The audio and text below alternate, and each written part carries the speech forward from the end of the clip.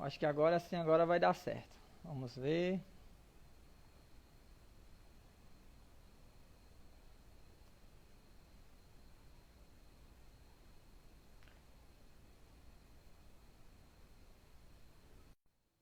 Vamos só aguardar o Luiz, que agora sim vai dar certo.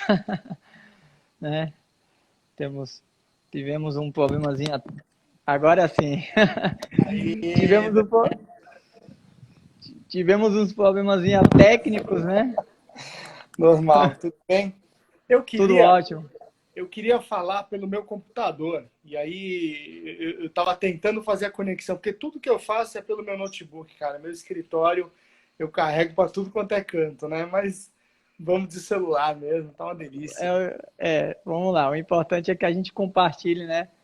Desde já, quero te agradecer, cara, pela, pela essa oportunidade, né? Já que a gente não pode estar perto, pela essa oportunidade de estar conversando com você. Você sabe que eu tenho você uma referência, né?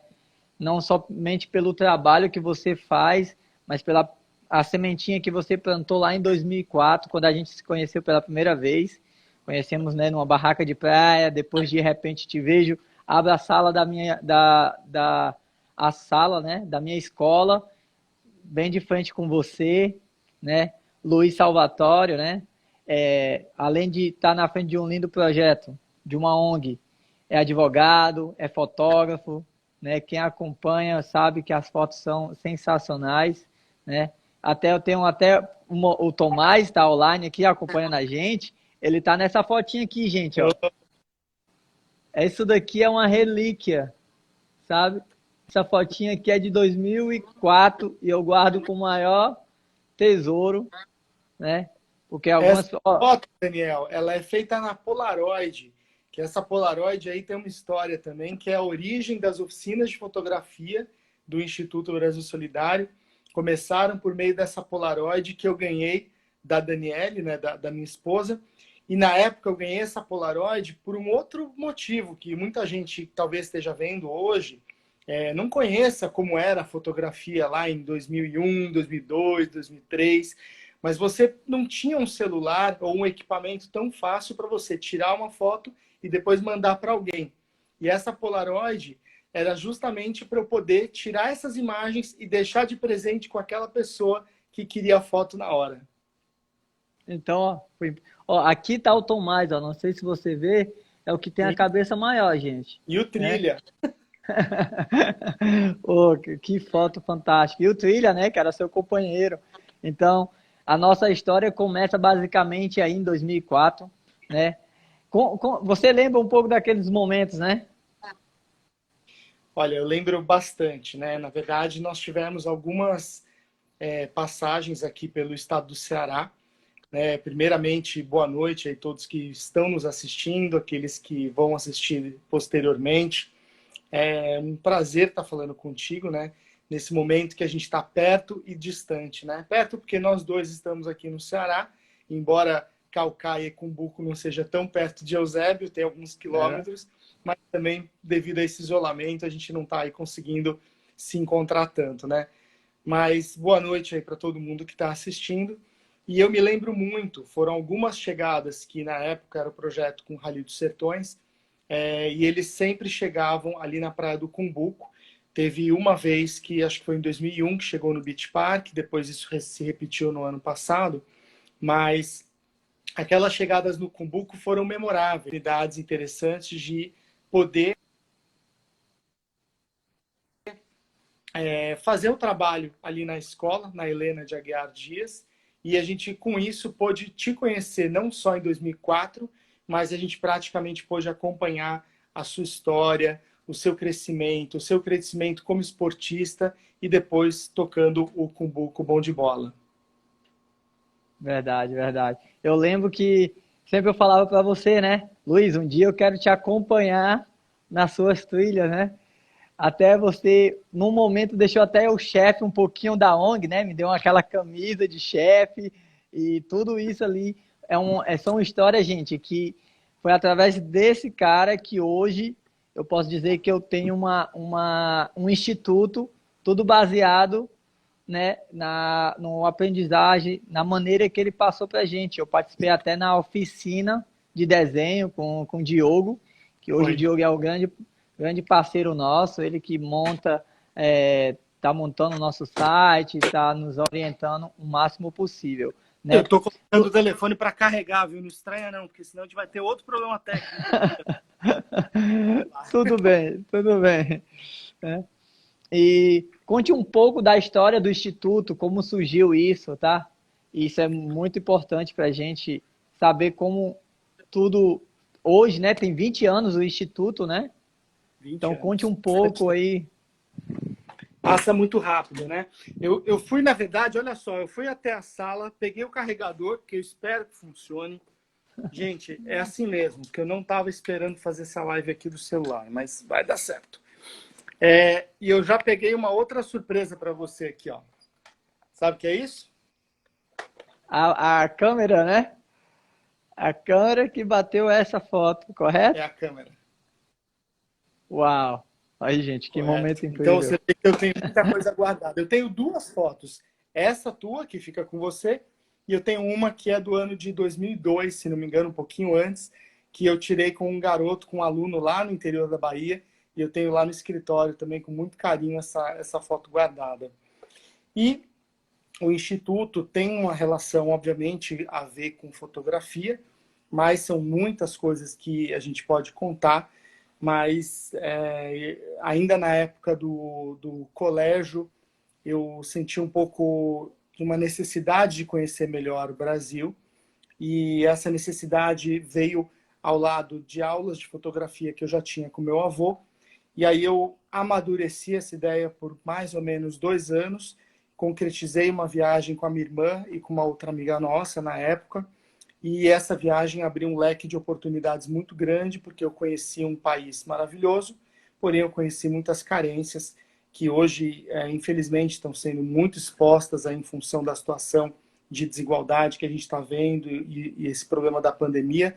Mas há 22 anos atrás eu conheci um Brasil encantador, porém que tinha grandes desafios, principalmente da parte educacional.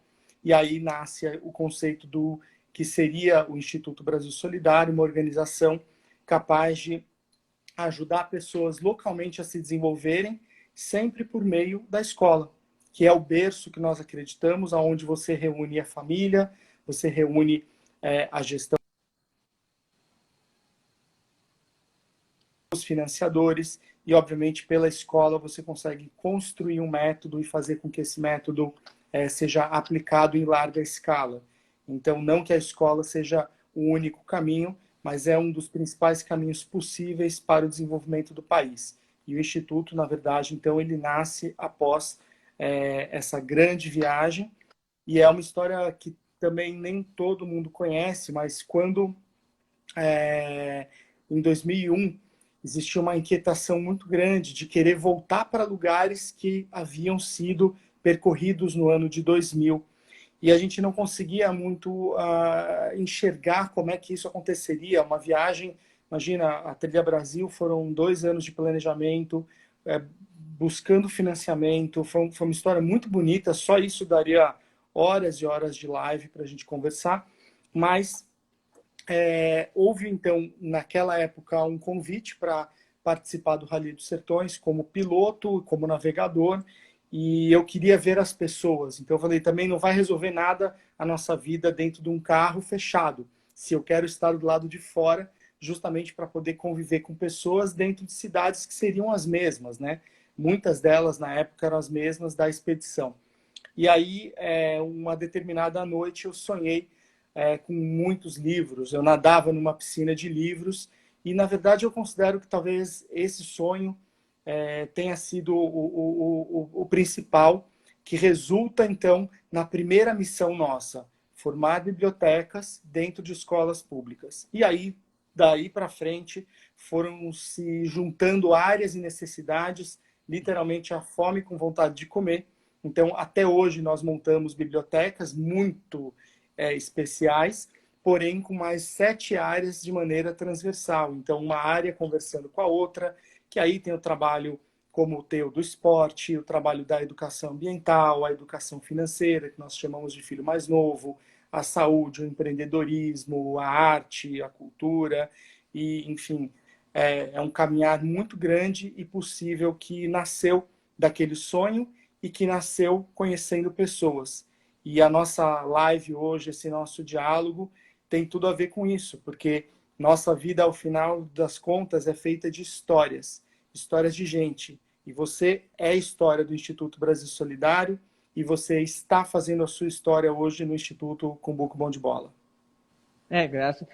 Graças ao apoio, né, de todos, né? Tem muitas pessoas que abraçam a causa, você também foi um dos grandes parceiros. Já realizamos uma ação, a primeira de várias. Queremos contar com vocês aqui mais vezes, não somente para montar a biblioteca, mas eu sei que o Instituto tem várias atividades. Eu queria que você até compartilhasse quais são as atividades que hoje o Instituto aplica nas escolas. Bom, nós, nesses anos todos, a gente acabou construindo um método, e o método basicamente é você trabalhar um tripé de espaço, gestão, projeto. Então, você organiza melhor os espaços públicos, você trabalha a capacitação e você, então, depois acompanha com resultados de curto, médio e longo prazo com projetos que são levados. E quais são as ações que nós fazemos? De uma maneira muito simples, nós deixamos as aulas mais agradáveis, nós fazemos com que os professores tenham melhores subsídios para trabalhar as disciplinas convencionais, porém, usando um pouco da criatividade, da tecnologia e principalmente falando de contexto. Então, aquela aula tradicional, ela tem muito mais afinidade com o dia a dia, com a realidade dos alunos. Então, é sair um pouco da questão do livro didático e um pouco mais para o campo prático. E a gente, obviamente, que respeita toda a disciplina tradicional, porém a gente costura ela com várias coisas interessantes, com jogos, com fotografia, com rádio, com o desenho, com o teatro, e aí a gente vai fazendo com que justamente os alunos tenham muito mais motivação de ir para a sala de aula, os educadores consigam falar e dialogar com seus respectivos alunos e familiares com mais empatia. Então, é muito interessante que isso resulta, ao fim, em melhores notas, em indisciplina, em diminuição da evasão escolar, melhoria do IDEB, que é um dos indicadores que mede a educação pública aqui no Brasil. E aí a gente consegue, obviamente, ter uma escola mais conectada com o seu aluno, com a família e com projetos que vão fazer sentido, principalmente na vida adulta dessas crianças e adolescentes. Quantos alunos já passaram pelo Instituto? Vocês têm esse perfil, essa média? A gente tem, eu não, olha, vou ser bem sincero, assim, o que a gente hoje tem é uma rede de cerca de 200 mil alunos ativa.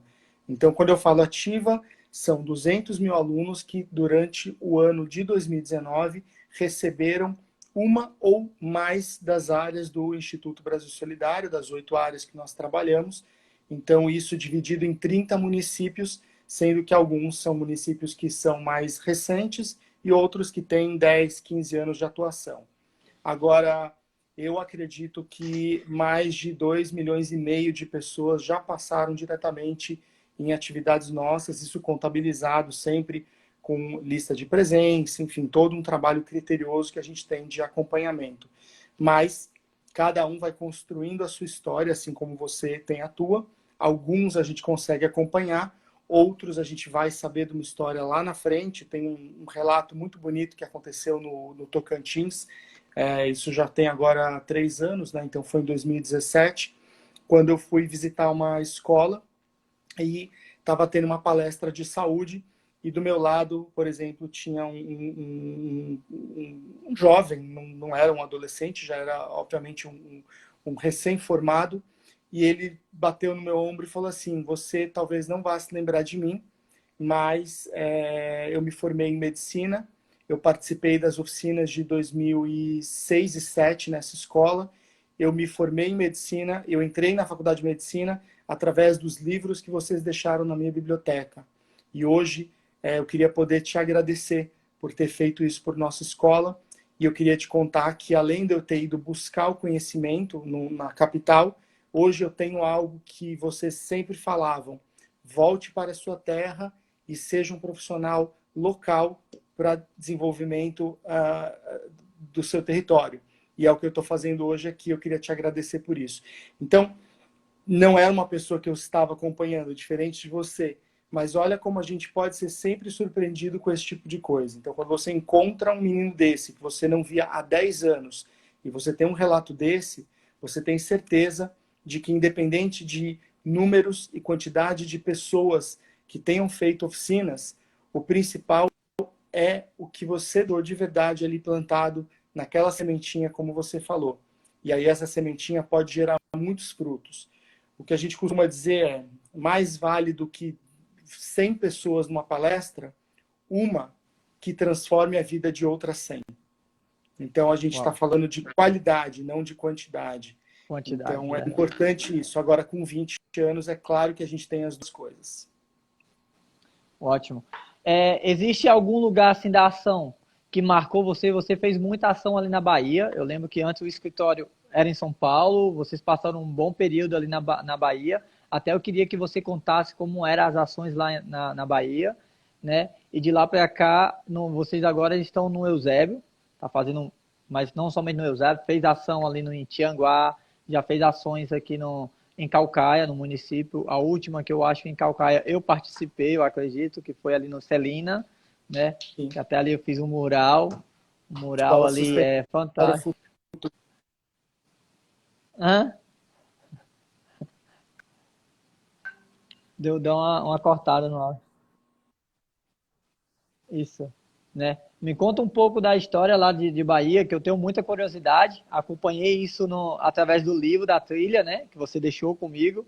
Eu tenho um livro até hoje, né? Que foi os 10 anos de IBS, eu acredito, que foi o lançamento de 10 anos. E eu queria que você compartilhasse um pouco com a gente.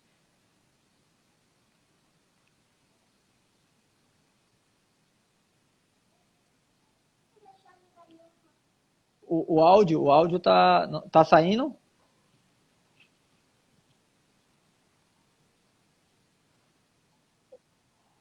O áudio tá saindo, não tá saindo?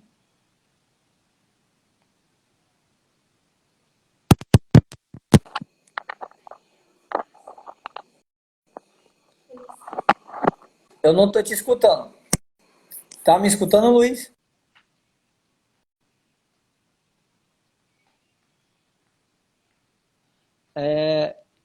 Meu áudio tá bom? Se eu tô com áudio, solta o joinha aí, gente. Acho, deixa eu ver.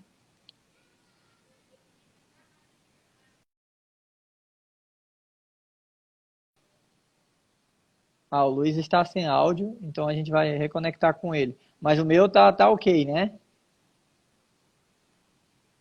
Deixa eu conectar aqui de novo com ele. Vocês viram aí que história, gente. É incrível, né? O Instituto passou por vários lugares, mudaram a vida de várias pessoas. Então, por isso que eu falo que o título lá não estava de brincadeira. Realmente muda a vida de muitas pessoas, marca a vida de muitas pessoas, então vale a pena. Eu vou de novo aqui conectar com ele. Vamos lá.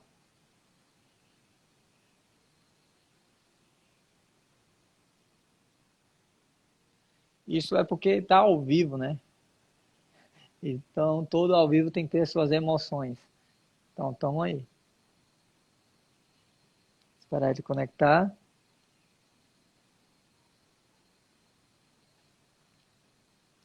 Vamos só esperar ele conectar e voltar com a gente, tá bom? Daí a gente continua. Ele vai contar um pouco da parte lá de 10 anos lá, quando eles lançaram um livro e um livro fala de umas histórias incríveis, né? Vamos só esperar ele conectar de novo com a gente.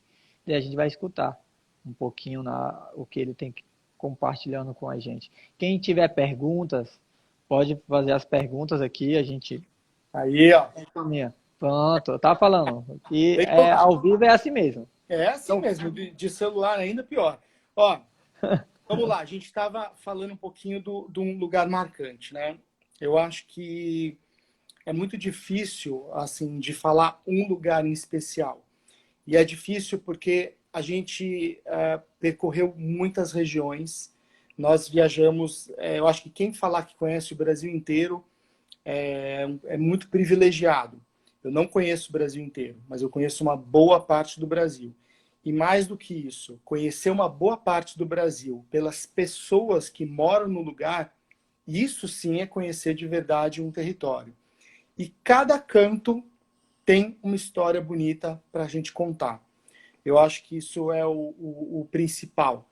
Você passar por um lugar não como um anônimo, mas você passar interagindo, conhecendo e deixando uma história, mas também levando uma outra história.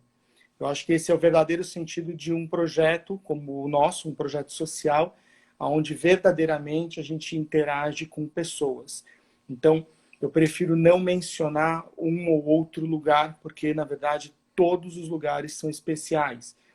Quando nós começamos a fazer projetos aqui, tem 3 anos que a gente mudou para o Ceará, eu fiquei até um pouco aflito, porque eu pensava, o nosso primeiro projeto, por exemplo, foi em Beberibe, que é um município a 60 quilômetros da sede. E eu, na minha cabeça, ficava pensando, poxa, será que tão perto vai ser tão profundo? E a gente fez histórias muito bacanas ali, tivemos, obviamente, um envolvimento muito legal. Então, isso me faz perceber que não importa o lugar, não importa a distância. O que importa é a intensidade com que está se vivendo aquilo. E isso você vai ter que viver dentro da sua casa, no seu quarteirão, na esquina. Então, o Brasil inteiro tem muitas oportunidades legais e, com certeza, a gente tem reflexos disso em muitas oportunidades de conversa. A questão de muitos projetos na Bahia, eu até comecei a ver, entraram alguns comentários, né, o pessoal dizendo que a gente se conheceu na Bahia, um pouquinho antes de cair. O Instituto, ele traçou um plano de trabalho onde a gente não queria que municípios ficassem isolados de outros. Então, uma vez que você abre uma frente em um determinado município, não faz sentido no ano seguinte ou 2 anos depois, não importa, depende do teu plano de ação, mas não adianta também você, pegando uma escala, você fazer uma ação no 1 e outra no 10. Então, a gente começou a fazer municípios próximos uns dos outros para eles se fortalecerem. Isso é o que a gente chama de desenvolvimento de território. Então, você tem um município, depois você tem o vizinho, você tem o outro vizinho, você tem o outro vizinho, e aí você tem uma ação em rede muito eficaz. E nós tivemos alguns anos ali no interior do estado da Bahia, justamente com vários municípios em rede, todos eles trabalhando juntos, indo no mesmo sentido, e quando um novo chegava, você já tinha uma rede de educadores que já haviam passado por aquilo, e com certeza você potencializa o seguinte. Então, quando você tem uma estratégia como essa, o que acontece no final é que toda vez o próximo será melhor que o anterior. E você tem a oportunidade de atualizar o anterior também. Então é uma questão estratégica. Isso aqui no Ceará já está acontecendo. Que nós trabalhamos em Tianguá, trabalhamos em Ubajara, trabalhamos agora, desde o ano passado, em Sobral, Jijoca de Jericoacoara, depois Beberibe, Pindoretama, aqui na nossa sede Eusébio, Cascavel. Então, se você olhar geograficamente, estão todos mais ou menos perto, e aí com isso a gente tem uma ação melhor, mais eficiente do ponto de vista financeiro, logístico, operacional e também de medição de resultados. A IBE, sabemos que a gente está passando por uma crise, né, na saúde, assim, pela pandemia, né, do coronavírus. E como é que vocês estão lidando com isso? Porque, infelizmente, vocês não podem sair, né, basicamente, tudo está sendo monitorado através do computador, dos sites e de relatórios. Então, como vocês estão lidando com isso? Como é que está mantendo o projeto com isso? Então, Daniel, eu acho que, assim, primeiro, nós trabalhamos muito forte com formação de professores.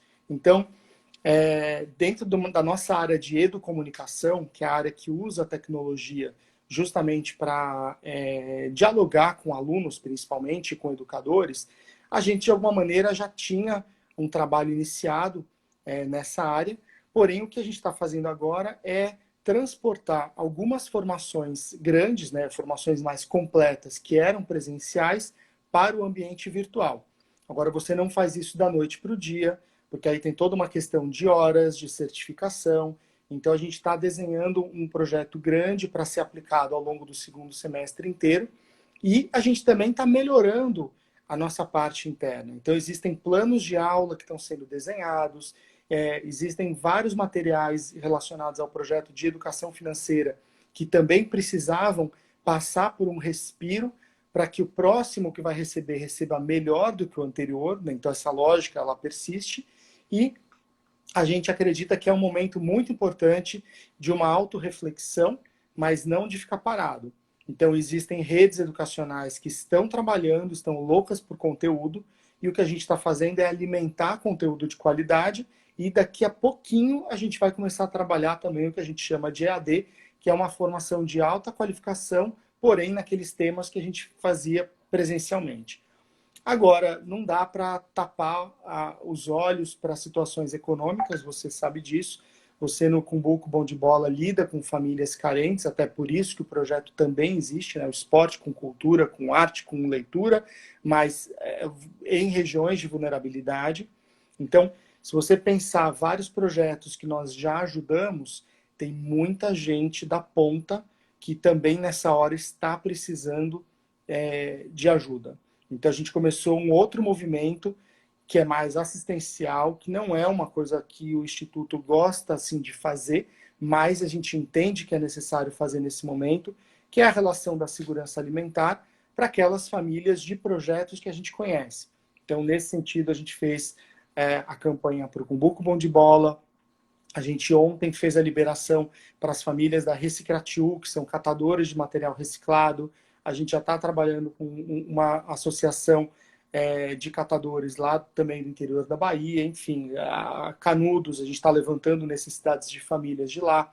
Então, existe um trabalho emergencial e a gente vai, obviamente, dar sequência com aqueles projetos, com aquelas pessoas que a gente já tem alguma relação, e com certeza esse é um trabalho que deve perdurar por pelo menos mais 3 a 4 meses, para a gente entender um pouco mais os cenários da pandemia, o fim do isolamento social e a retomada econômica, porque a gente está falando de famílias que perderam renda e que as rendas já não eram altas. Então, a gente não tem como não fazer nada. Então, são 2 caminhos.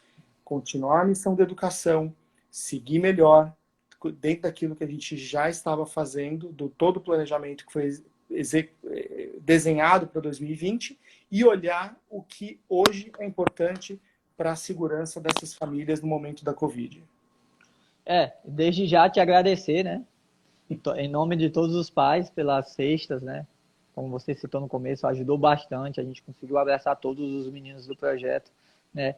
Tava bem difícil as campanhas, porque estão rolando muitas campanhas, então, né, é difícil, a economia não está boa para todo mundo, mas o que você fez desde o começo, porque só o Instituto, quem está na frente, sabe o quanto você fortaleceu o nosso Instituto, né? Porque até um dia atrás, a gente só era uma ação social.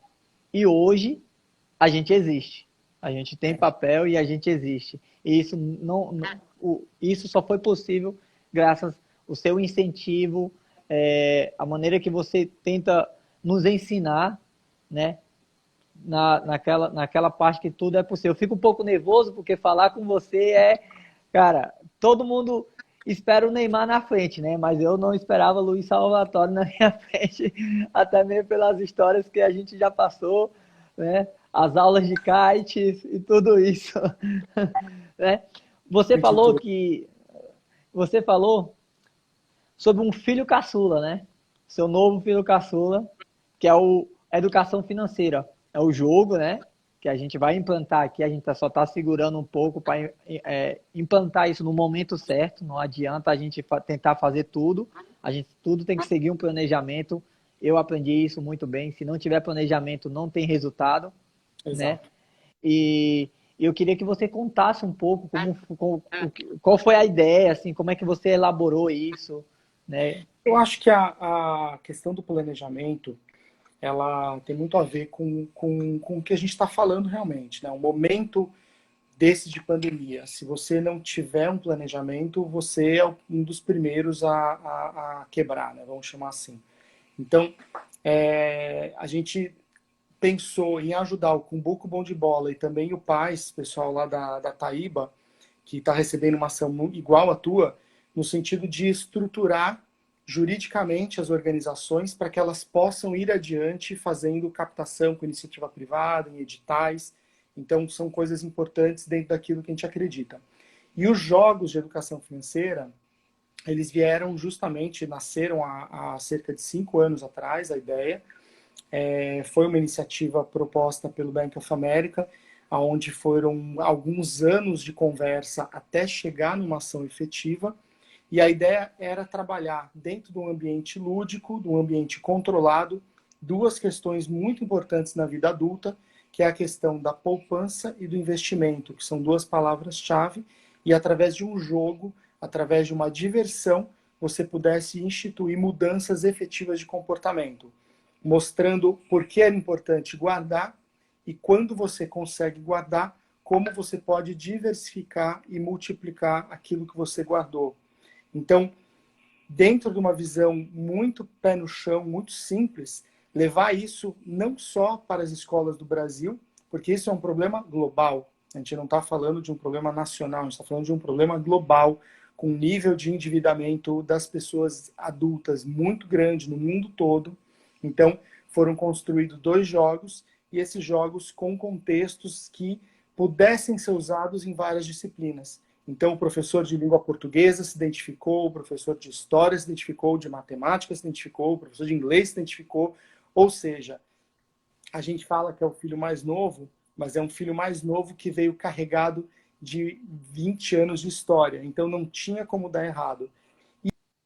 E jogo não no ambiente virtual, que muita gente pensa, poxa, então tá bom, é uma game. Não, nós pegamos 6 pessoas e elas aprendem junto, com tomada de decisão, com riscos e oportunidades, e tudo isso fez uma diferença brutal para esse projeto se tornar o carro-chefe no último ano aqui do Instituto, porém nunca deixando de lado o método que foi aplicado na construção dele, que é justamente as 8 áreas transversais conversando umas com as outras, né? E justamente fazendo com que isso chegue a muita gente a um preço baixo, a um custo baixo. Então, é um projeto social perfeito, de escala, impacto e preço baixo, que era uma coisa que todo mundo, todo financiador sempre no fundo quer isso. Não que seja o correto, porque às vezes não tem coisa barata, tem coisa bem feita. Então, não é que ele é um projeto barato, mas se você faz a conta de pessoa transformada por quanto custa, é um custo ridículo por cabeça. Então, isso acabou encantando muitos financiadores e a gente foi levando esse projeto. Só no ano passado ele chegou nesses 200 mil alunos que eu comentei com você. Uau. E com tudo essa história, Brasil, a IBS recebeu um prêmio internacional, né? Personalidade do ano, acredito, né? E me fala um pouco desse prêmio aí. Ir lá para Nova York, lá, no meio de várias ONGs, ser eleita a melhor, né? Olha, eu acho que o pessoal que me acompanha, ou que acompanha as falas, repare que eu nunca falo Luiz, né? Eu sempre falo nós, porque primeiro nosso slogan, juntos construímos. Então, ontem mesmo eu estava comentando um pouco sobre isso. Eu acho que se eu tenho um dom, que é motivar pessoas e transformá-las para serem melhores no seu ambiente, e essa melhoria por meio da educação, em algum momento, obviamente, que teremos também reconhecimentos. E aí, quem é o porta-voz desse reconhecimento? Eu não consigo levar um avião lotado com as pessoas que são os verdadeiros merecedores do prêmio, que é você, é o professor, é a família, é o financiador. Então, tudo isso está conectado e, em algum momento, ter que subir ao palco e dar alguma mensagem para alguém. Eu acho que Nova York foi uma coisa, sem dúvida nenhuma, muito importante. Foi no ano passado. Foi um momento onde nós estivemos com os maiores empresários do país, podendo falar que a educação é importante. E a educação é a chave de transformação do nosso país. É uma pena que a gente ainda, acho que não despertou para isso. Temos ainda muitas dificuldades, ou seja, fala-se muito, mas efetivamente é uma linha de atuação muito complexa. Mas, com certeza, todos esses conhecimentos eu sempre levo em nome das pessoas que construíram junto. A equipe do Instituto Brasil Solidário, os educadores que acreditaram, os alunos, você, que é uma pessoa impactada lá atrás e do seu jeito, com o seu instinto, você está desenvolvendo um projeto local na medida do que você consegue. É nossa obrigação fazer com que esses personagens que sejam, na verdade, os verdadeiros merecedores e ganhadores de qualquer prêmio. Uau. A Belzinha fez uma pergunta aqui, a Bel, né? Eu não estou conseguindo enxergar aqui por causa das letras são muito pequenas. Se tu conseguir ler aí, até mesmo é para você, qual é a... Consegue? Não, passou para mim. Mas, é só voltar um pouquinho lá em cima. olha lá. Qual o limiar de sustentação para os projetos frente à pandemia? Bom, a gente tem, vamos lá, o Instituto Brasil Solidário tem uma característica, nós trabalhamos muito, como várias organizações, mas talvez por ter feito um alicerce muito grande, a gente está conseguindo, nesse momento, passar pela crise, mas eu tinha um plano de ação gigantesco para o ano de 2020 e nós já havíamos feito toda a captação desse plano. Então, a gente está seguindo o curso com a nossa equipe, mudando talvez uma coisa ou outra, não tem como ficar parado, mas nós já tínhamos feito um planejamento e feito a captação desse planejamento enorme para o ano de 2020. Então, dinheiro que era para esses projetos, continuam para esses projetos. O que a gente está fazendo em termos de segurança alimentar, a gente começou uma campanha separada para arrecadação de recursos apenas para a cesta básica. Então, tudo que entrar vai ser destinado à segurança alimentar. A gente está planilhando e fazendo projeções de 3 a 4 meses, dependendo de cada caso, porque não dá também para fazer com que isso seja, daqui para frente, nossa principal ação.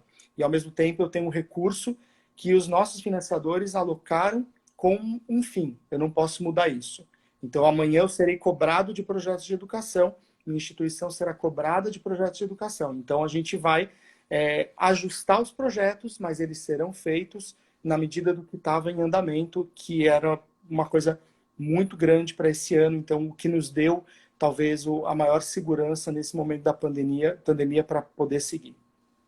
Uau. Isso isso é sensacional, né? A maneira que vocês lidam com tudo isso, né? A maneira que vocês elaboram, né? E a responsabilidade é muito grande. E você sente essa responsabilidade, assim, falo vocês assim, né? Aonde sente essa responsabilidade de dar o retorno? Sim, na verdade as pessoas confiam na gente, né? E aí é uma confiança extrema de ponta a ponta. Então, o meu financiador, as pessoas que nos financiam, é muito difícil conseguir financiadores, tá? Então, não é uma tarefa fácil. Você só vai ter um financiador se ele realmente vê que você vai executar e que, como mercado, existem... Oi? Tá aí ainda? Não. É. A imagem tá travada a sua, mas voltou. Voltou. Eu não tô te escutando mais.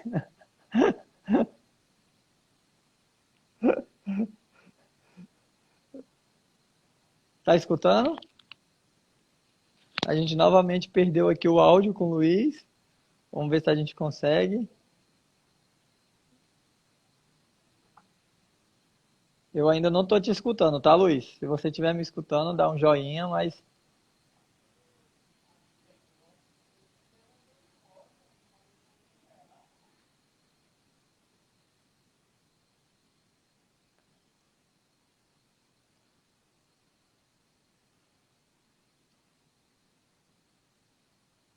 a gente está tentando conectar de novo aqui.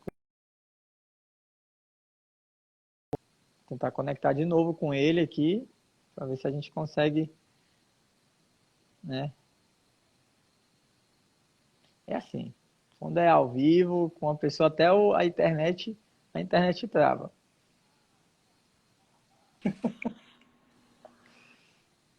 Escutou Voltou? aí? Vamos lá. Pronto. Muitas emoções. Eu falei que um financiador, ele tem que ver que você vai executar algo e você é melhor que os outros. Porque o mercado também de terceiro setor, de ONGs, de educação, como tantos, ele também tem concorrência. Então, o financiador ele vai olhar tudo isso.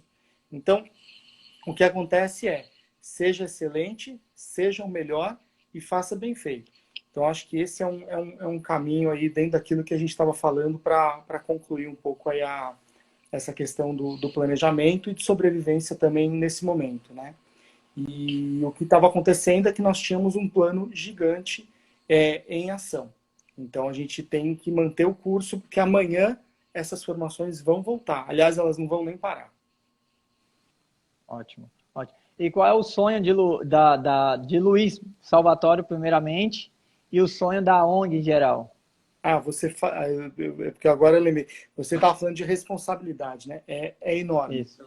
É enorme. Então, assim, isso é uma coisa complexa. A gente trabalha 24 horas, não é uma questão simples. E parece que quando tem alguma dificuldade, aparece uma história lá do passado, como essas aqui que a gente contou, e te puxa de volta.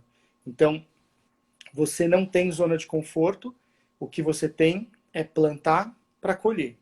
E aí você tem que fazer um bom plantio para colher um bom resultado, um bom projeto. Então é uma responsabilidade enorme estar à frente de tudo isso. É cansativo, não dá para dizer que não é. Eu só consigo, talvez, ter toda a estrutura porque a minha família está envolvida, né? Se eu não tivesse, se a Dani não tivesse envolvida dentro do trabalho do IBS, talvez fosse muito difícil um relacionamento familiar, porque é 24 horas trabalhando, pensando, planejando, planilha, projeto, e-mail, planilha, projeto, e-mail, prestação de contas, avaliação de impacto, e você tendo que provar o óbvio, você tendo que provar que funciona.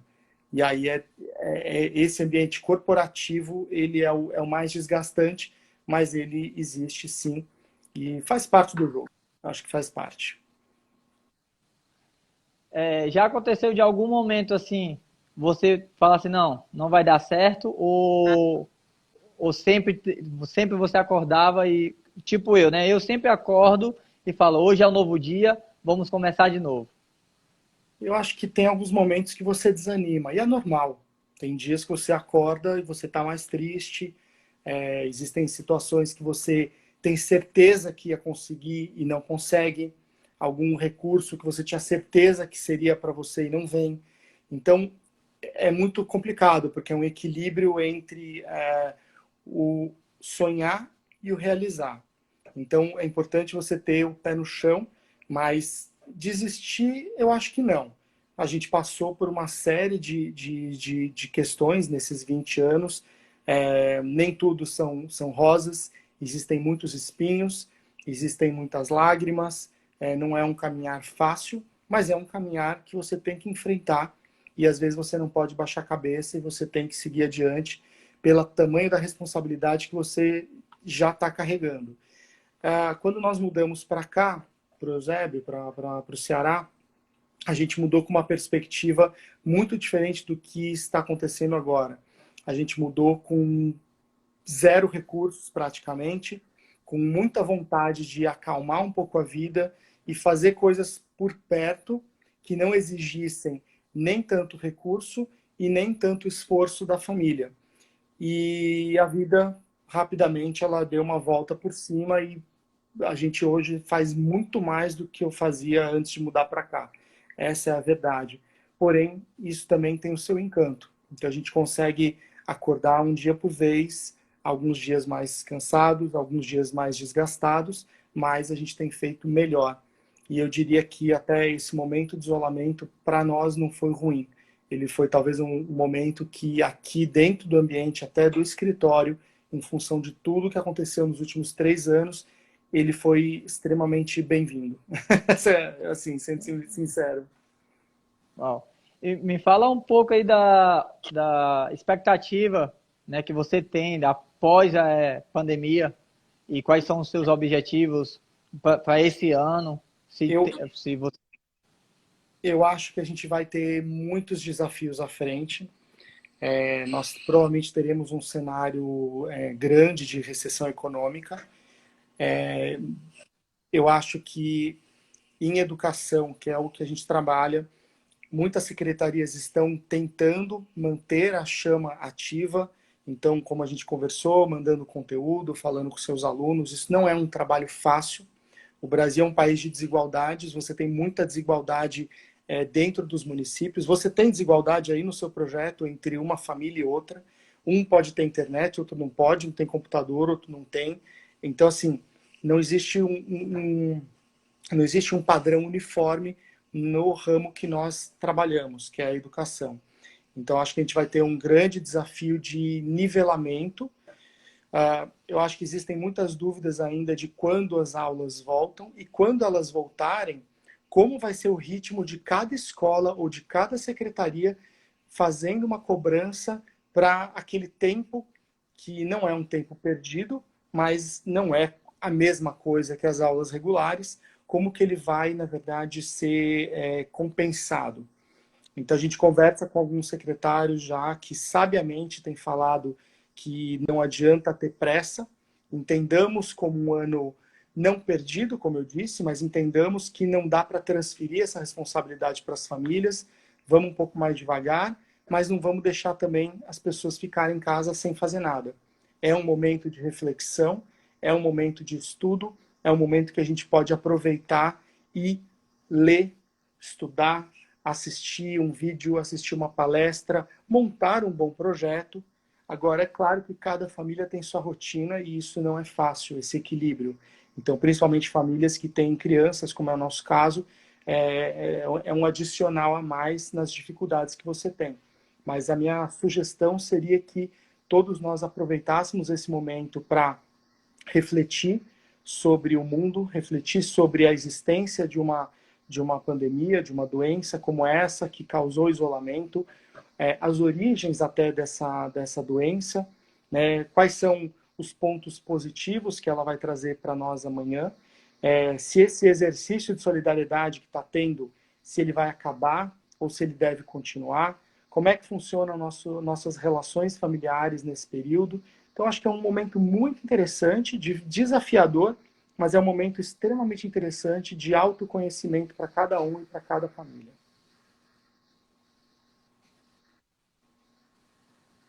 O áudio deu uma travada um pouco, não sei se está me escutando. Só Tô. queria que você repetisse um pouco a última fala. Eu disse que é um momento de autorreflexão para todas as famílias e para todas as pessoas. Que a gente saiba usar esse tempo para se instruir, que a gente saiba usar para olhar o próximo, que a gente saiba entender os porquês disso está acontecendo e quais são os caminhos que cada um de nós, em mudanças de atitude, vai tomar no dia de amanhã. Então, nós temos que ser amanhã melhores.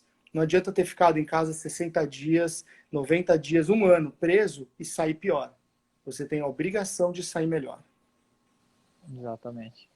Saber valorizar mais, né, as pessoas, a vida, né, porque esse momento, vocês abrem a TV, felizmente temos essa cultura, né, de estar direto na TV e não temos um tempo para a família, né? E Deus deu esse tempo para a família e as pessoas não estão sabendo aproveitar, né? Luiz, eu queria saber, como todos nós temos um sonho, né? Eu tenho um, você tem outro, e eu queria saber qual é o sonho, qual é o seu sonho pessoal, primeiramente, seu, de Luiz Salvatório, e qual é o sonho que você tem para todos, né? O sonho da IBS. Bom, vamos no sonho do IBS, que é mais fácil. Primeiro, depois eu falo do pessoal. Acho que o sonho do IBS é ver. Opa, cadê eu?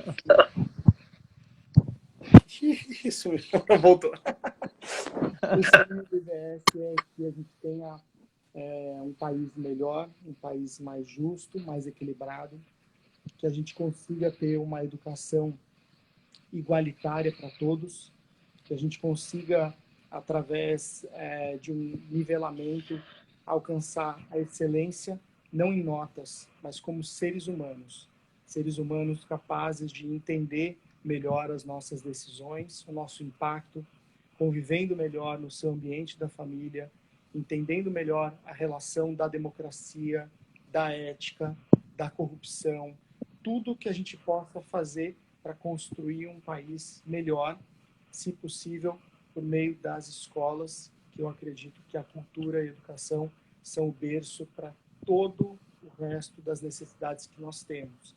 Então, o meu sonho para o Brasil é esse, é ver um Brasil mais justo, mais capaz, valorizando suas pessoas, não vendo uma evasão de talentos indo embora porque não acreditam mais no seu país. Que a gente consiga construir a nossa história aqui dentro sem perder nossos talentos. Eu acho que isso, de uma maneira simples, é um sonho que nós, todos os dias no IBS, levamos. Luiz, pessoal, é um cara cansativo, tá? Porque eu tenho 1 milhão de sonhos e eu tenho 1 milhão de sonhos por minuto. Então, aqui em casa é uma briga constante, porque a gente sempre fala, quando a gente está fazendo uma coisa, o cara já está pensando outra. Quando está na outra, ele está na outra anterior de volta. E é assim mesmo, é uma agitação mental grande. Mas eu sou uma pessoa, quem me conhece de verdade, eu sou uma pessoa simples. Eu tenho uma estrutura, obviamente, que eu fiz questão de poder dar, até por viajar muito.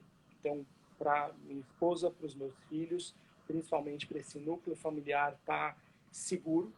Agora, eu sou um cara simples. Eu me contento com uma rede, eu me contento com uma fogueira no chão, eu me contento com um candeeiro. Então, os meus sonhos pessoais sempre estão relacionados a viajar para lugares de uma maneira extremamente simples. Eu sou um cara esportivo, eu sou um cara apaixonado pelo mar, então eu tenho sonhos de conhecer muitos outros lugares, principalmente para buscar as ondas, mas embaixo de um coqueiro, sem tomar banho de água doce. E eu já fiz isso no passado. E a verdade é que a responsabilidade, ela poda esse tipo de sonho. Então, um dia talvez eu consiga realizar alguns que eu tenho, de conhecer algumas praias, conhecer algumas montanhas, mas de uma maneira mais simples possível. Eu não preciso de luxo, eu só preciso estar lá. Ótimo, show. E te convido a velejar, né? Sim. Quando tudo isso passar, a gente voltar àquilo que a gente deixou meio acabado, né? Tipo, começamos... E olha que coisa maluca, né? Porque, na verdade, esse é o preço da responsabilidade, né? É você morar no principal destino do mundo, no caso, falando de kite, né? De professor de kite para interessado em kite, aluno, e você não conseguir fazer. Então, isso também está relacionado à responsabilidade. Então, quando você assume uma família, você tem uma responsabilidade. Mas quando você assume também projetos como os nossos, você também está abrindo mão desse tipo de coisa. Pode parecer besta, mas não é. Porque é tanto trabalho que o tempo que sobra é da família. Então, É verdade. a gente tem esportes, a gente tem paixão por esportes, como eu falo, egoístas, né? E aí, nessa hora, esses esportes egoístas, eles são os primeiros a você não conseguir executar, porque justamente você também dá o valor para a tua família. E, no caso, trabalha muito, o trabalho com a família primeiro que trabalho, mas é um trabalho tênue e que é muito difícil, às vezes, do Luiz fazer aquilo que o Luiz quer. O Luiz, na verdade, não tem tempo para fazer nada do que ele, Luiz, quer. Essa é a verdade. Mas, desde já, Luiz, agradeço muito por estar disponibilizando, como você falou, é um tempo corrido, né? Faz tempo que eu queria, até eu não consegui, tipo, elaborar muitas perguntas, porque, não quero, como eu te falei no começo, alguns torcem para ter um Messi, né? Dos meus alunos, ter um Messi na frente, o Cristiano Ronaldo na frente, mas você já percebeu isso, toda a vida quando a gente está um do lado do outro, eu só consigo imaginar aquela pessoa chegando num troller, Tomás sabe bem disso. Colocou todos os meninos na caçamba e se mandamos na trilha até a chegada do Rally dos Sertões. Então aquilo ali ficou muito marcado na minha vida e muitas vezes eu chegava para você e falava, um dia eu quero entrar nesse carro e seguir a trilha com você, ia nas outras escolas, até fiz isso uma vez, quando a ação foi aqui no Aratori, me mandei quando você falou, eu tô aqui na Calcaia, vem aqui, eu me mandei, cheguei lá, né, vi um pouco da ação, foi emocionante e te agradeço muito por todas as oportunidades, todos os momentos, né, que você foi um grande professor. Hoje eu falo que eu tenho muito a aprender, muito mesmo. Mas o pouquinho que eu sei hoje, né, boa parte veio de pessoas maravilhosas como você, como a tia Isabel, que ontem estava fazendo uma live aqui comigo, né, e todas as outras pessoas que elas não passam como passageiro. Elas passam e parece que esquece a mala, sabe? E aí a gente tem que correr atrás deles. Agora, Mas essa... Fala. tem coisas muito bonitas, né? Aquela camiseta do chefe, você sabe que a gente tem ela guardada, né? Eu tenho uma coleção de mais de 300 camisetas no escritório, que são camisetas feitas pelas escolas e tal. E aquela era nossa, né? E eu vou contar aqui, então, para quem nunca ouviu essa história. A gente, lá em Cumbuco, em 2004, né? 2000 e pouquinho, a gente fez ação na escola durante o dia e à noite a gente foi para a praça e aí tinha aquela algazarra de crianças que tinham participado durante o dia da ação, que tinham tido teatro do Bernardo e aquela bagunça toda que a molecada fica na praça, porque a escola é muito perto ali da pracinha. E aí naquela confusão de molecada, tudo rodando, eu, o Dani, enfim, o Diogo, a equipe que estava ali, o Alfenas, né, tinha um bocado de gente antiga, a gente viu o diferencial que tinha o Daniel, e aí a gente propôs a ele um desafio. A gente falou, Daniel, é o seguinte, todo mundo que está aqui vai ganhar sorvete, mas a fila tem que ser organizada, cara, que se for bagunça, não vai ter sorvete para ninguém. Aí o Daniel, inteligente, né, pequeno que já era, falou assim, tá bom, mas para ter moral eu quero a camisa do chefe, então, e aí eu vou botar ordem nessa molecada toda. Ele pega a camisa da Dani, que era uma camisa, bom, hoje pequena, né? Mas era uma camisa tão pequena. Ele veste, organizou, sei lá, 30 meninos, e os 30 daí tomaram sorvete, e ele ficou, e essa camisa ficou conhecida como a camisa do chefe. Eu tenho, inclusive, o Dudu. Travou de novo. Pronto. Aí tem uma foto com o Dudu com a camisa do chefe, né? Agora. Tá me escutando? Eu já não tô te escutando.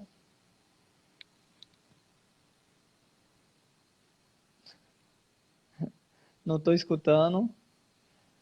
Deixa eu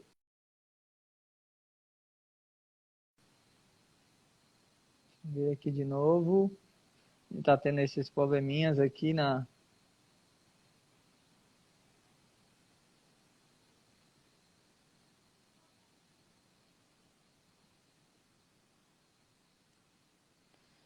Tomás ainda só em pilotar.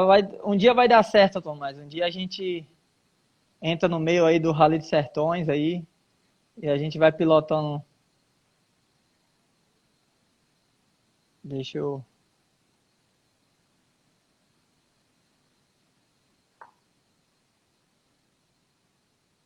Gente, a gente tem poucos minutos, já tá finalizando aqui, tá bom? Ó, Luiz, já tá chegando... Não sei se no meio dos sertões, Fala. mas... Oi. Falei, não sei se no Rally dos tá Sertões, meio mas finalizando com certeza já. Nos meus carros vocês podem entrar quantos quiserem. Olha aí, ó, tá ouvindo aí, né? Tá. A gente tem uns 40 segundos, basicamente, tá? Daqui a pouco vai Tá finalizar. bom, valeu. Mas Cara, aí, quando eu voltar rapidinho, eu só queria que você deixasse uma mensagem. Primeiramente, te agradecer muito pela essa oportunidade. Sei como é que seu tempo é corrido. Sei que agora o tempo está mais corrido ainda, porque tem que trabalhar em dobro, né? Não é trabalhar em escritório, não é fácil. E te agradeço muito, cara. Você é a minha inspiração mesmo. Te admiro muito e espero que você possa sempre estar visitando a gente aqui no Instituto Cumbuco Bom de Bola. Tá? A gente vai finalizar aqui, já já a gente retorna.